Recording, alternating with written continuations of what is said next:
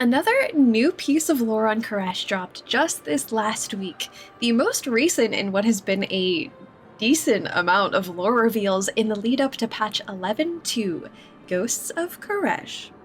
And when I say lore reveals, I'm talking about the 11.17 lore walking reveal that both the Ethereals and the Brokers are from the same planet, Koresh. I'm also talking about the Doom of Koresh audio drama, locus-walker's point of view of the fall of Koresh, which recontextualizes pretty much everything we know about Koresh's demise and the Ethereals.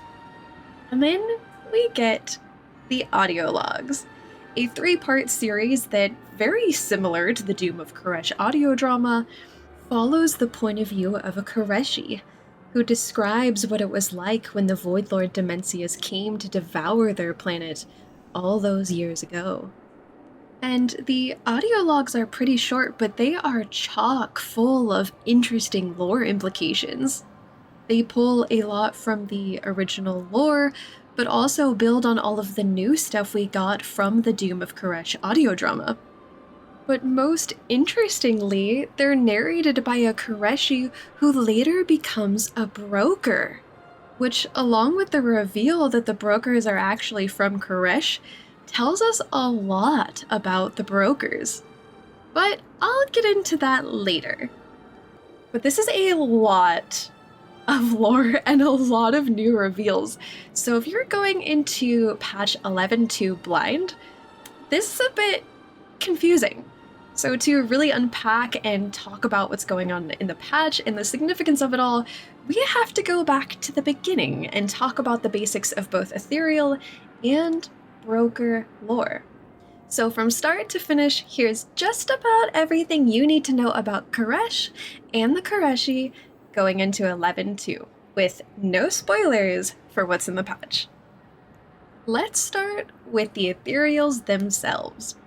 So we first met the Ethereals in the Burning Crusade, and they show up many times throughout TBC, but the bulk of their lore comes from just two places: an NPC in Netherstorm named Commander Amir, and the Ask Creative Development Q&A from 2010. Koresh is mentioned several times in TBC, but the first time we ever learn anything of note about the ethereal homeworld is from Commander Amir. And he tells us that back on his homeworld of Koresh, the Ethereals were ruled by the Ethereum, a council of Nexus princes and princesses, and above them all was a guy named Nexus King xal'atath.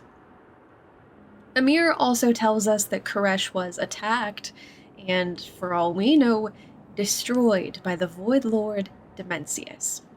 This attack forced the Ethereals to flee, but the Ethereum, in a vow of vengeance, swore, they made an oath, to hunt down Dimensius and end him, no matter the cost. They were going to avenge their planet.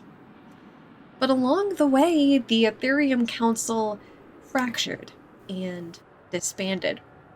And members of this council left and then formed their own organizations, which make up the bulk of the ethereal organizations that we've interacted with and come to know today, such as the Consortium on Outland, the Protectorate in Netherstorm, so on and so forth. And Amir specifically says that the Ethereum disbanded because some of its members thought the Ethereum was descending into madness, that they were too focused on vengeance against Dimensius. Which I think we now understand means they turned to the void. And that brings us to the TBC quests in Netherstorm, which Commander Amir is part of. And we learn in those quests that Nexus King xal'atath and what remains of the Ethereum after its fracturing are in Netherstorm to hunt down Dimensius as they vowed. Except there's a slight hitch. Instead of hunting down Dimensius as he vowed, it turns out that Nexus King xal'atath is allied with the very thing he swore to hunt down: the Void. So when Amir says the Ethereum was descending into madness and that's why they fractured, it seems it could be because some of their members actually joined the enemy. So Amir sends us on a quest to kill Nexus King Salhadar, and we do. We also kill Dimensius, but we learn later on from Chronicle lore and from some of xal'atath's whispers in Legion that we didn't actually really kill Dimensius, we just killed a fragment of him. A mere piece that manifested in reality, but as a Void Lord, he still functionally exists wholly within the Void. Which means he could come back, as he does in 11.2. So the other things we learn about Koresh early on come from the Ask CDev Q&A, and it tells us much the same thing as Amir did, but there's some additional reveals. We learn a few small things, like Koresh was an arid desert planet home to several sentient species, but then we also learn some major details about Dimensius' attack on the planet. It said that Dimensius opened gateways into both the Void and the Twisting Nether, bathing Koresh in arcane and dark energies. And that one of Koresh's mortal races constructed magical barriers to protect themselves, and these magical barriers blocked the Void, but not the arcane, which unimpeded tore away the mortals' corporeal shells and infused them with enough energy to survive as just pure energy beings, turning them into the Ethereals as we pretty much know them today. Now, I want to say, we will come to learn in the Doom of Koresh audio drama that this is not the whole truth of what actually happened, but many of the Ethereals, and by extension the Brokers, do believe to this day that Dimensius' attack is what ultimately stripped them of their bodies. So what we learn in the CDev Q&A is more sort of what the Ethereals themselves believe about what happened, and not so much what actually did happen, which is what we got in the Doom of Koresh audio drama. Now, before we get into unpacking the audio drama, there's one other really important piece of Ethereal to talk about, the through line that drives the plot for 11.2, and that is the Shadow Guard. The Shadow Guard are a bunch of Ethereals who gave into the Void, not unlike the Ethereum when we saw them in TBC. But the Shadow Guard first pop up at the end of Legion on Argus, and I do actually want to point out that it seemed like they had some loose affiliation with the Ethereum.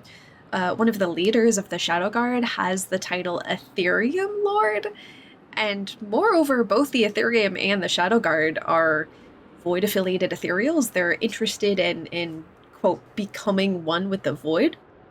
So they're affiliated in some way, but the true extent of their relationship at the time was unclear. We will learn more about this. So the Shadow Guard are our antagonists on Argus, and we deal with them in the Seat of the Triumvirate dungeon. Then the next time they pop up is at the end of Dragonflight in the Harbinger questline, when Illyria is hunting down xal'atath and figuring out who she is. Because the Shadow Guard appear at the same exact time we're hunting down xal'atath, Illyria assumes that they're allied with xal'atath. It just makes sense, right? Like, they're both Void affiliated. We're talking about Void Ethereals and then xal'atath, a creature of the Void. But then we get to Undermine, patch 11.1, in which Phase Thief Azir steals the Dark Heart from Gallywix. And I first assumed this meant he was taking the Dark Heart for xal'atath, because Gallywix was not trying to give the Dark Heart up at all. But then we learn at the end of Undermine quests that Phase Thief Azir is not working for xal'atath, and that he actually stole the Dark Heart so he could take it to Koresh and use it to bring back the Void Lord, Dimensius. Xal'atath was very not happy to learn that the Shadow Guard had gotten their hands on the Dark Heart, because she was not actually affiliated with them at all the whole entire time. And this is how we get our lead-in to 11-2, where the Shadow Guard are on Koresh and they're using the Dark Heart to spawn in Dimensius over the planet so he can finish the job he started all those years ago and consume Koresh and then continue on to the rest of the universe after that.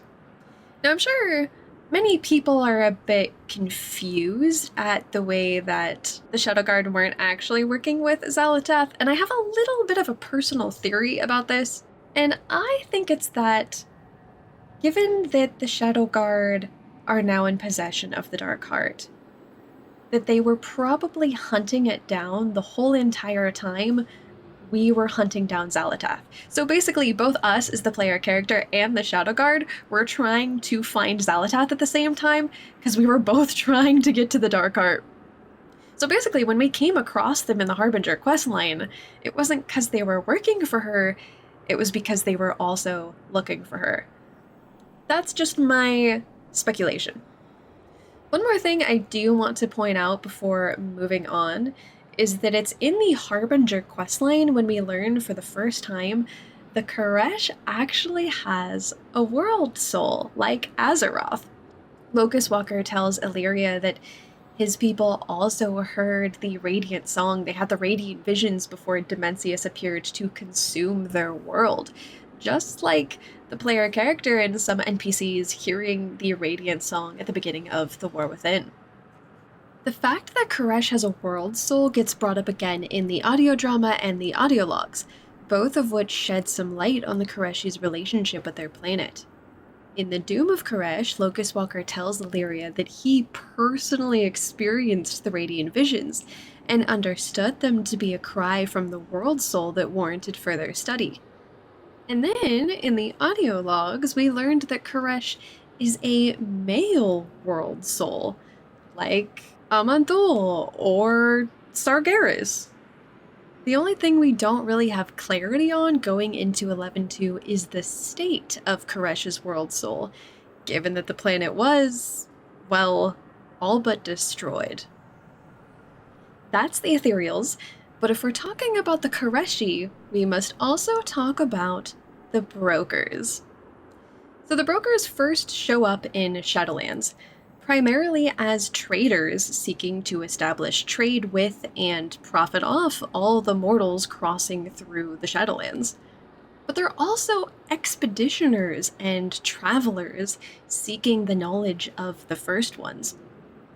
I would say they are chiefly information seekers.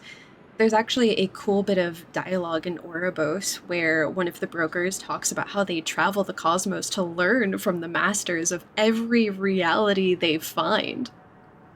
And the different broker groups are often financing expeditions and outbidding each other to be the ones who get to go to these different places first. This is actually how they got to not only Oribos, but also Zereth Mortis. We initially believed that the brokers were natives of the Shadowlands, that they came from some realm of death somewhere. But then we got the 11-17 lore-walking reveal that the brokers are not from the Shadowlands at all. They're actually from the same planet that the Ethereals come from, Koresh. But much of how they ever ended up in the Shadowlands is a bit of a mystery. If I'm allowed a little bit of speculation, we do learn in the Grimoire of the Shadowlands that their chief goal is understanding the first ones and seeking their centers of knowledge, many of which are actually located in the Shadowlands. So maybe that provides some sort of hint or explanation? But it's a little hard to say. Broker society is divided into a variety of cartels, many of which have different aims and different jurisdictions over specific things, but a lot of them overlap in purpose and interest, especially since they're all merchants and travelers. For example, Cartel Ow are like the profession trainers in Ouroboros. Cartel Zo does the security in Tazavesh, so on and so forth. And cartel affiliation is indicated by a prefix in front of one's name. So Venari is affiliated with Cartel V, whereas brokers like Baher and Ba Solo are associated with Cartel Ba. There are many major and minor cartels. I believe we learn in the Tazavesh dungeon that its leading cartels are Cartel Ao, Zai, Zo, and maybe even Cartel So, but there are several beyond those that we interact with throughout Shadowlands content. Speaking of Tazavesh, we are going to see it again in 11.2 as the main hub for Koresh content. We originally learned in the questline first leading up to the dungeon that the brokers have many mobile cities and barges that travel through the in-between, which is pretty much just the space that exists between all the different afterlives and realms in the Shadowlands. I would not say that Tazavesh is their capital city, if such a thing really exists, but it is the broker city that we interact with the most as the player character. So with the basics out of the way, let's dive into some of the other lore reveals we've gotten recently, starting with the Doom of Koresh audio drama. And there is so much to talk about in this one. So, just to summarize, it's locus-walker's retelling of the fall of Koresh from his point of view, from just before Dimensius appeared over the planet to consume it, to when it was basically destroyed by the Void Lord many years later. We are told that locus-walker was a sorcerer, a technomancer, technically, from one of Koresh's many city-states who specialized in energy transference, with specific emphasis on the void and arcane. He was one of the people who heard the Radiant Song in the time leading up to Dimensius' appearance, and got involved with a secret society called the Ravel, which was chiefly composed of members from very high up in Ethereal society, including Salhadar himself. And their chief aim was to find a way to protect Koresh in secret, especially since they didn't really want to panic the people of the planet and cause all-out chaos and anarchy. So when Dimensius attacked Koresh, it was locus-walker's research that led to the creation of the magical arcane barriers they put up to protect their cities. But things did not exactly go to plan. The magical barriers were sabotaged, Dimensius attacked, and the Ethereals were saved only by being transmuted into beings of energy, but they ultimately lost their planet. And this audio drama has so much to talk about. There's actually so many callbacks to a lot of the original lore, which I think is so cool. We get a detail about the twin suns over Koresh, which was first mentioned in those Netherstorm TBC quests. We get a whole bunch of references to the stuff we learned in the CDev Q&A, such as the fact that it's a bit of a desert planet, also the magical barriers bit, but there's a lot of new reveals, which are all very important to understanding not only what's going on in the audio logs we just got, but also stuff in 11.2, because much of it references things that only get mentioned in the Doom of Koresh. One of the biggest things we learn is that Tazavesh was actually a city-state on Koresh. So when the brokers take Tazavesh out of the Shadowlands and bring it to Koresh in 11.2, they're actually bringing it back home because it used to be a city on Koresh. But really, the biggest thing here, the biggest reveal has to do with the magical barriers and how the Koreshi became, well, the Ethereals and the brokers. So, do you remember when I said we learned from the CDev Q&A that they constructed magical barriers that kept the void out, but not the arcane, and the arcane energy blasting at them tore away their corporeal shells. That's sort of a half-truth. So, we learn that locus-walker was studying these old artifacts of Koresh called the Reshi Ribbons. And they're a bit like the arcane version of the Dark Art. They can transmute pretty much any sort of magic into arcane. And locus-walker discovered that they could use the Reshi Ribbons to power the arcane barriers over their cities. But the ribbons did their jobs a little too well. As Dimensius grew in power from everything he was consuming, the arcane barriers also had to grow in power to compensate. And they had the unfortunate side effect of exposing the Koreshi to increasing amounts of arcane radiation that flayed them. And this became known as the wasting. So it wasn't technically that Dimensius opened up portals that exposed the Koreshi to arcane magic. It was more that the arcane barriers that were put up exposed the Koreshi to extreme amounts of arcane radiation, and that scorched them and burned them, and they started falling apart. So they took to bandaging themselves to keep their bodies together. And locus-walker discovers over the course of the story that at the same time they're being flayed by this arcane radiation, they're actually also being imbued with arcane energy, or sort of being changed into arcane energy, which gives him hope that they can ultimately survive Dimensius. And he does say at the end of the audio drama that they were able to use the Reshi Ribbons to fully transmute the Koreshi into beings of energy, but ultimately they could not stop Koresh from being consumed by the Void Lord. Something else that the Doom of Koresh audio drama reveals to us, which will be important for understanding some of the dynamics going on in 11.2, has to do with Koresh's leadership. So I said earlier that we learned in TBC that the Ethereals, the Koreshi, were ruled by the Ethereum Council, and that above them was Nexus King xal'atath.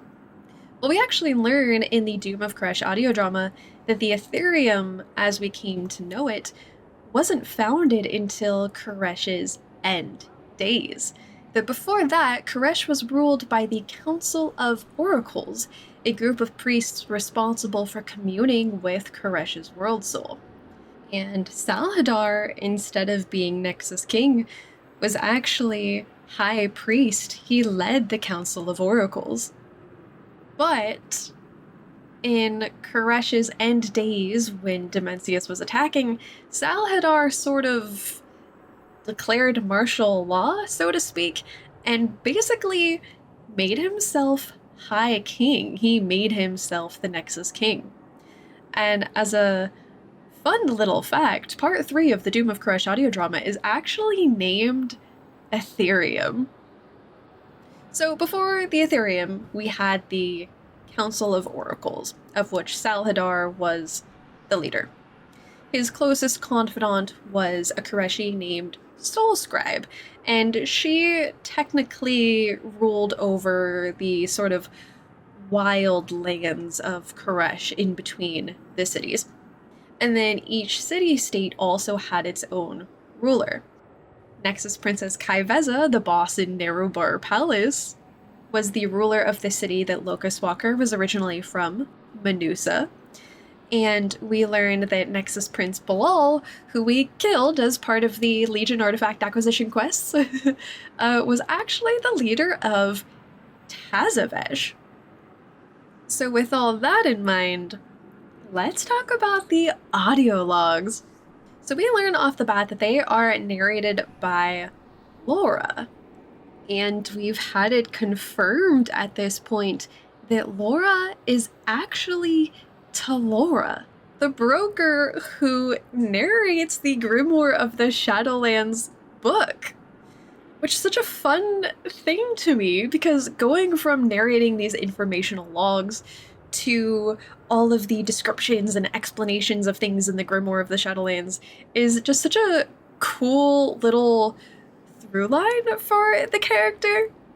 And honestly, it actually tells us a lot about the brokers. So, Venari showed up in the Doom of Koresh audio drama, but she was just known as Nari. And if Laura is, in fact, Talora the broker, that means that the fall of Koresh predated the formation of cartels amongst the brokers. The cartels, the broker cartels as we know them today, like Cartel Ba, Cartel So, did not exist back on Koresh. They were not a function of like Koreshi society. That also means that this recording, these audio logs, would have taken place at some indeterminate point in the past between the fall of Koresh and the formation of the broker cartels. It's not largely relevant to understanding Laura or what's going on in the audio logs, but I can't resist but give some additional context on Cartel Ta. So we learn in the Grimoire of the Shadowlands that, and I quote, "It is well known among discerning buyers within the Eternal City that the Ta is where one seeks the uncommon and the peculiar. The truly auspicious customer is sure to satisfy their most elusive desires within our Hall of Curiosities." They pop up many other times in the Shadowlands, perhaps unsurprisingly, as seekers of knowledge, the brokers who actually take you through the Sepulchre of Knowledge quests, and stuff in Korthia are both from Cartel Ta. And they're how we get to Tazavesh in the first place. When we do the quest line to get there, we're told that Cartel Ta always keeps track of where Tazavesh is located, and that they run a ferry that travels between Oribos and Tazavesh. Plus, once you actually enter the Tazavesh dungeon, it turns out that Cartel Ta is involved with the Tazavesh Portal Authority. I want to add just one more thing about Talora, because I've seen a lot of people talking and being confused about it. So, we're told that Laura is a female Koreshi, but back in Shadowlands, in a Lost Codex interview actually, Talora was referred to as a male broker. Now, I've seen people saying that this is probably just an error, but I would like to put forth a theory that maybe Talora is simply trans? Not unlike Pelagos, really, whom we learn in Bastion decided to adopt a more masculine form on making it to the Shadowlands. Granted, we don't have a lot of sources on this, but I think it just makes more sense than saying it's an error. So, Part 1 of the audio logs corresponds to the end of Part 1 in the Doom of Koresh audio drama, when Demencius comes to devour Koresh. But the audio logs take place in a different city-state than locus-walker was in, because locus-walker was in Menusa. But Laura is from Sufad, and this is actually a newly mentioned city-state. This wasn't even one of the ones that was name-dropped in the Doom of Koresh audio drama. But you may realize, when you get to Koresh in 11.2, Sufad is actually one of the subzones on Koresh. You can go see the ruins of Sufad. And I said no spoilers for the patch, but I can't help but say, you do learn that the inhabitants of Sufad were priests? So whatever that may say about Laura's origins, if anything. And Part 1 mostly gives us a sense of how life on Koresh was difficult even before Demencius' arrival, which locus-walker also talks about in the audio drama. He talks about how the Koreshi loved their world, even if it was hard, and whatever it lacked they made, and it allowed them to innovate and grow and flourish. And this is also something we'll see come up a bit in 11.2 as well. This is a really small detail, but one of my favorite lines from part 1 is, Koresh would soon never feel the kiss of sun or starlight again. Because Dimensius devoured Koresh's twin sons. This is a detail that we get in the Doom of Koresh audio drama, but the reason this really stands out to me is because we learned as far back as TBC that Koresh had 2 sons. And knowing that the Void and the Void Lords are driven entirely to consume everything, it's a fascinating and sort of scary detail to learn that when Dimensius appeared over Koresh, he literally ate stars. He ate the planet's suns. And the only reason the Koreshi were able to survive this was because of the arcane barriers, which brings us to part 2. This part of the audio logs covers the same events depicted at the end of part 2 / the start of part 3 of the Doom of Koresh, which involves the building of the magical arcane barriers and then the wasting that came from them, or the physical decay of the Koreshi due to all of the arcane radiation. It's interesting to me how locus-walker says in the Doom of Koresh that they can erect the barriers over every city-state, but Laura says, we flocked beneath those barriers, abandoning our city and all we loved behind. Which I feel like implies not every city-state could actually be shielded. And then there's part 3, which is, in my opinion, the most loaded part of all of the audio logs. So this corresponds to part 3 of the Doom of Koresh audio drama, which is when many of the Koreshi gather in Tazavesh to hear a proclamation from the High Priest Sal'atath, and in front of everyone, he declares himself their High King. And in this moment, Sal'atath publicly pins the wasting on locus-walker, because Sal'atath knows what's up with the arcane barriers. As a member of the Ravel, he's been priven to and even encouraged locus-walker's work. So Sal'atath turns locus-walker into a scapegoat for everything going wrong, weaponizes this knowledge to turn the oracles against locus-walker, betrays him, and lowers the shields, exposing them all to Dimensius. Now I do want to specify, it doesn't outright say in the Doom of Koresh audio drama why Sal'atath is betraying locus-walker, or even that he technically is lowering the shields, but it's really strongly implied. But it does say in the audio logs that Sal'atath's first act as king is betrayal. There's actually a little blink and you'll miss it moment in Doom of Koresh that I really love, where locus-walker is telling the other members of the Ravel about using the Reshi ribbons to transmute themselves into energy so they can survive Dimensius. And Sal'atath and Balal sort of just look at each other. And this is such a small moment, but knowing that both Sal'atath and Balal eventually, if they haven't already, turn to the Void, it's such a telling moment. So this, such a small moment, but it's either a nod to the fact that they will turn in the future, or could be implying that they've already joined the Void. Which leads me to another thing in the audio logs that Laura says about Sal'atath.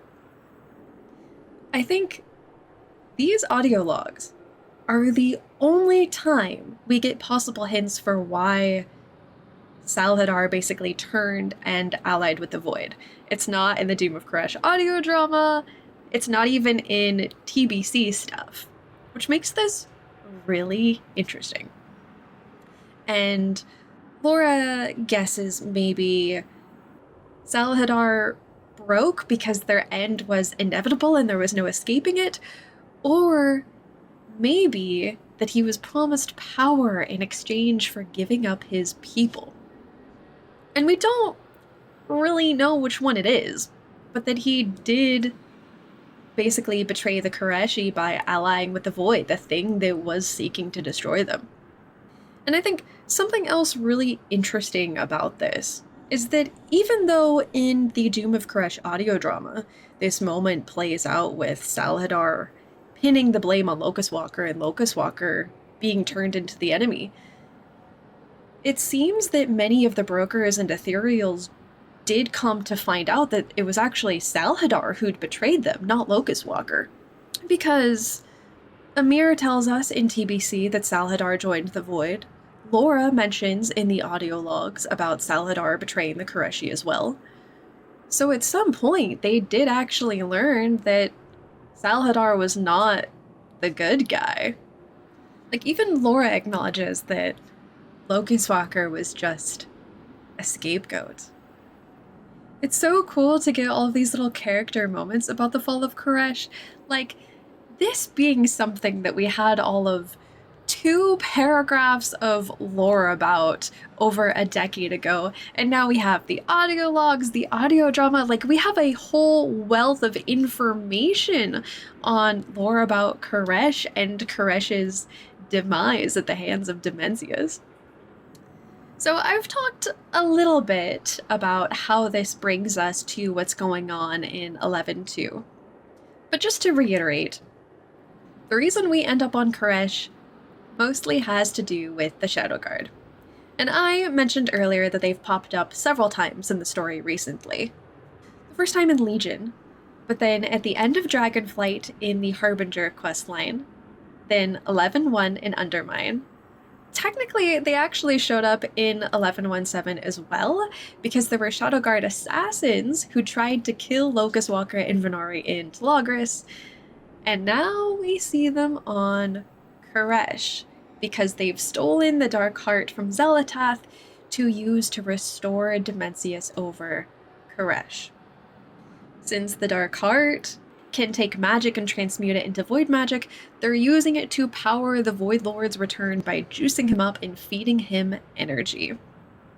There's a fun callback here to the TBC quests in which you kill that fragment of Dimensius, because he spawns in a mana forge and summons void walkers that start feeding him energy from the mana forge, and as the fight goes on, he does a lot more damage the longer he gets fed. Not dissimilar to what's going on with the fact that Dimensius is the final boss of the Mana Forge raid in 11.2, and that these Shadow Guard are trying to power him up by feeding him energy. We may have killed a fragment of him on Outland, but we never actually killed him, and definitely not at full strength. And even though Koresh is however far away, the reason this is a imminent problem for us is because Dimensius is a Void Lord. He is the top of the top when it comes to the Void hierarchy. And once he's done finishing what he started all those years ago with Koresh, he is absolutely going to Azeroth next for Azeroth's World Soul, which is going to spell doom for us, because how the heck are we supposed to stop a Void Lord at full power? So along with Illyria, we are accompanying locus-walker to Koresh, where our mission is to stop Dimensius before he reaches full power and save not only Koresh, but also Azeroth. And that is pretty much just about everything you need to know about Koresh and the Koreshi to understand where we go in 11.2 and what's going on in Ghosts of Koresh.